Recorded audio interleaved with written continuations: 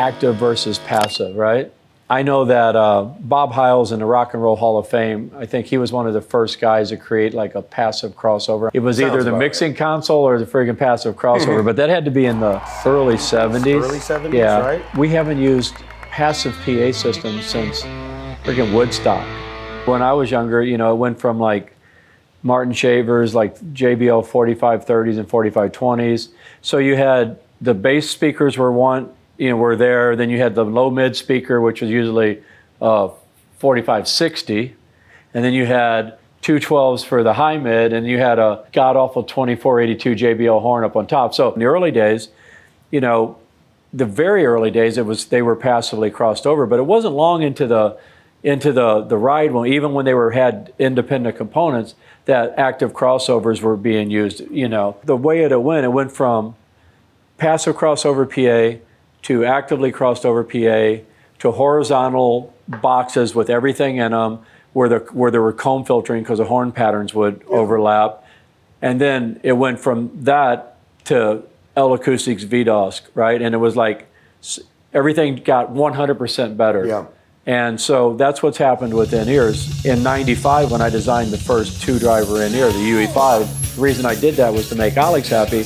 I looked up at the PA system. I was like, why are we trying to do this with one speaker? So I did two, a low and a high, not knowing that we would go from that to the three-drive, you know, the 11, the 7, and then we went to the 11. UE11 was the first three-way earpiece. Then we went from that to the 13, which is triple, three-way duals, which was 6-driver, then all the way up to the Roxanne, which was, quad, 3 sets of quads. Right, and you have the modern day Sharona 4x4. Yeah, this 4-way, but the thing is tuning those all these years, almost got 30 years of tuning. Next year is the 30th anniversary. We've got a person in here just now that Mason just demoed, and she was going to buy a set of Roxannes. He ran her through the Pearl, and she bought a Pearl. She's like, I can't go back. So once you hear it, you can't go back from it. If I hadn't made the first multi-driver in-ear in 95, none of these companies that are out here right now would be doing multi-driver in-ears because I led the path, I led the innovation. It's like a 3-chord song.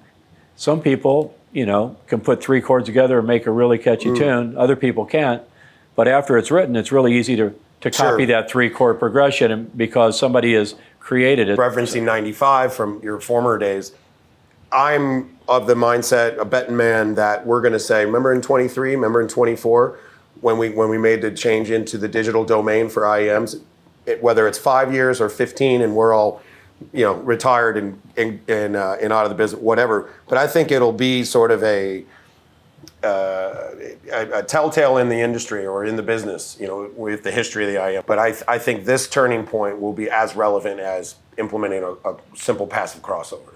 In 5 years, if you're not doing active in-ear monitors, you're going to be a thing of the past. We had this conversation as touring engineers about digital boards at catering at festivals. 20 years ago with our buddies out on a summer tour.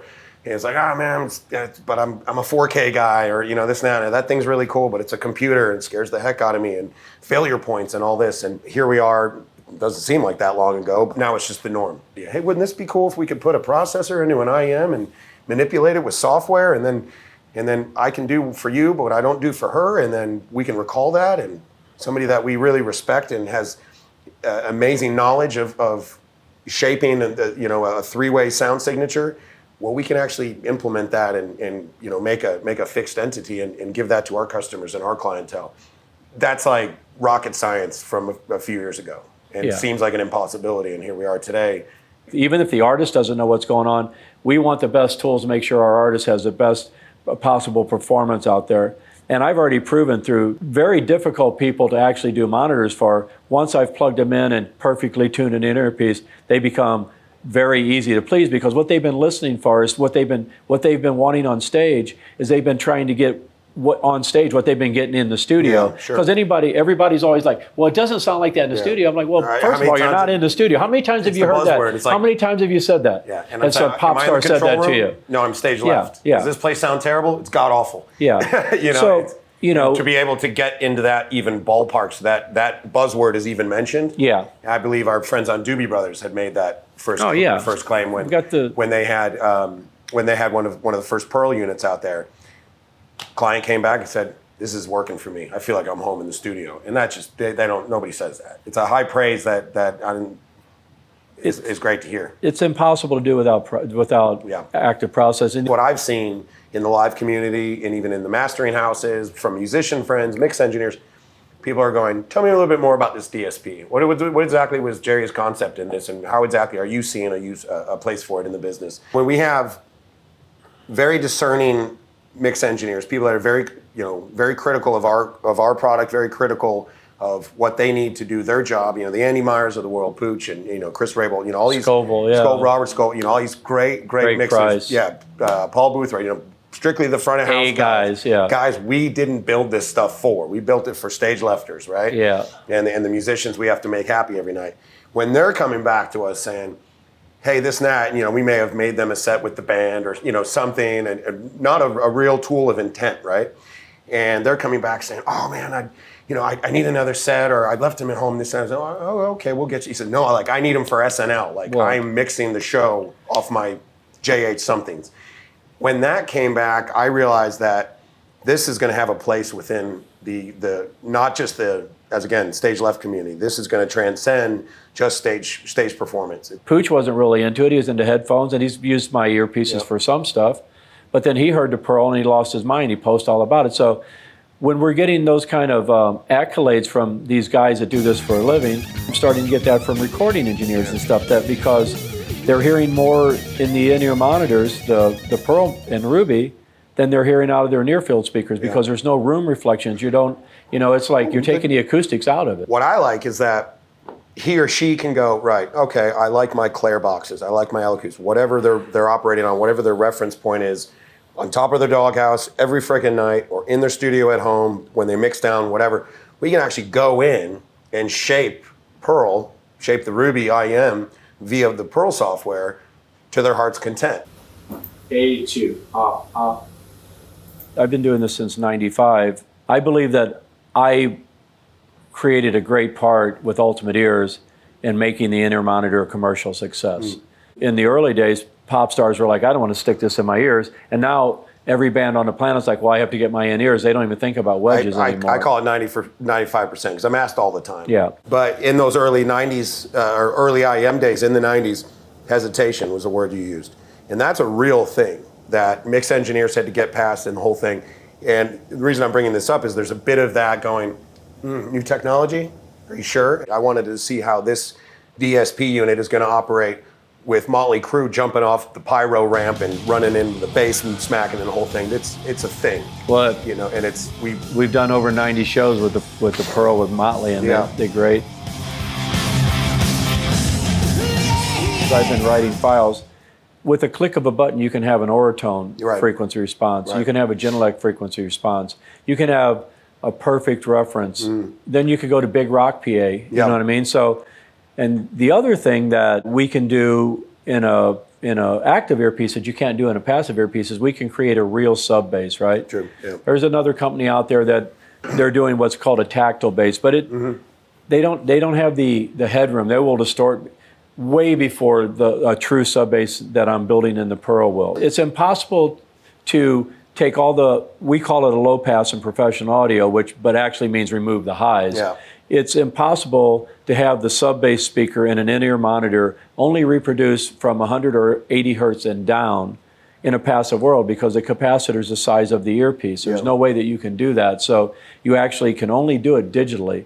Now, the Fur guys, it's a pretty good, it does a fair job, but basically it's a tactile bass, but it's still not cutting off at 100 hertz. It's going all the way out to 2K or maybe 1800 or something, So to get that perfect little punchy sub bass and then have that transition from the low mids where the bass guitar comes down and there's not one note that sticks out on it, but you still have that hit of the kick drum or that 808's freaking punching down there, and the whole mix all the way up to the air at 20K has got all the sizzles and everything. Passive earpieces do not have the sharp low passes. Right. You can do a pretty good high pass, take the lows out with capacitors.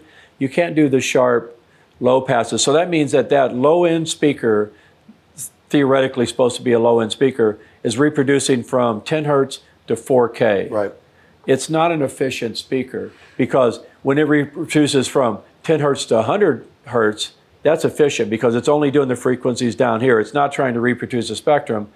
And then, we can do more with less. I mean, with 3 drivers, I can make each driver so efficient that it will outperform a 12, 16, or however freaking many drivers you want to shove into an in-ear, because what a lot of in-ear manufacturers recently have been doing is if there's a hole in a phase cancellation, they try to fill it in with another driver, right? So you have this hodgepodge of drivers stuck into an earpiece. Elements. Yeah, and nobody's really paying attention to phase. They just see on frequency response as a whole, so they try to plug something in to fill it, and it does an okay job, but it's not the same as having an earpiece that has a correct phase. The difference between a passive crossover and an actively crossover with the DSP that we have is that we can equalize each band independently. We can take they can't. Whatever the shape of that speaker is, other than throwing a damper on and smashing some peaks down, that's the shape of that speaker. So when you turn it up, you can only turn up the shape of that low-end driver shape like this.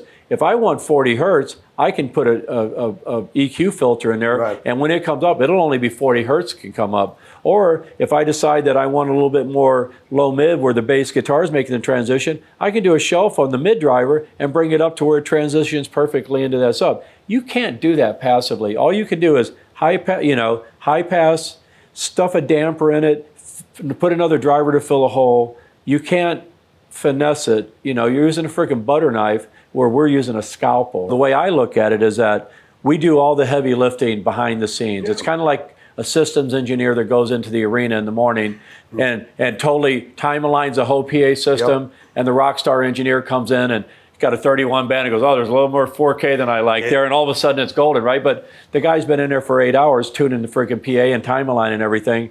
But that's his job, because at the end of the day, the mix engineer, all he should be doing, if the PA system is tuned properly, in time, in phase, the in-ear monitor is tuned properly, in time, in phase, the only thing you should be doing on the output EQ is sweetening. Right? So you have that like just something, so you don't want to go into the software and take a little, you hear something, you're like, okay. Or like the microphone you put up, it's got a little 8K spike, you take it out of here, or you find out, well, maybe overall I would like just to dial this down. You're doing subtle colorization. You're not fixing problems. And like you said, if you're trying to gain something up because it doesn't have any high end, all of a sudden you're starting to hit the modulation on the transmitter, and then you're causing all kinds of problems on the RF transmission side. The average consumer, and we've seen this and again in here and on the road and coming into offices, I don't know what he did, but when he pulled up that file, it was wow. And I mean, we're not using any words of technical, this, and that. It's not, these aren't subtle advancements. This is game-changing stuff. Yeah.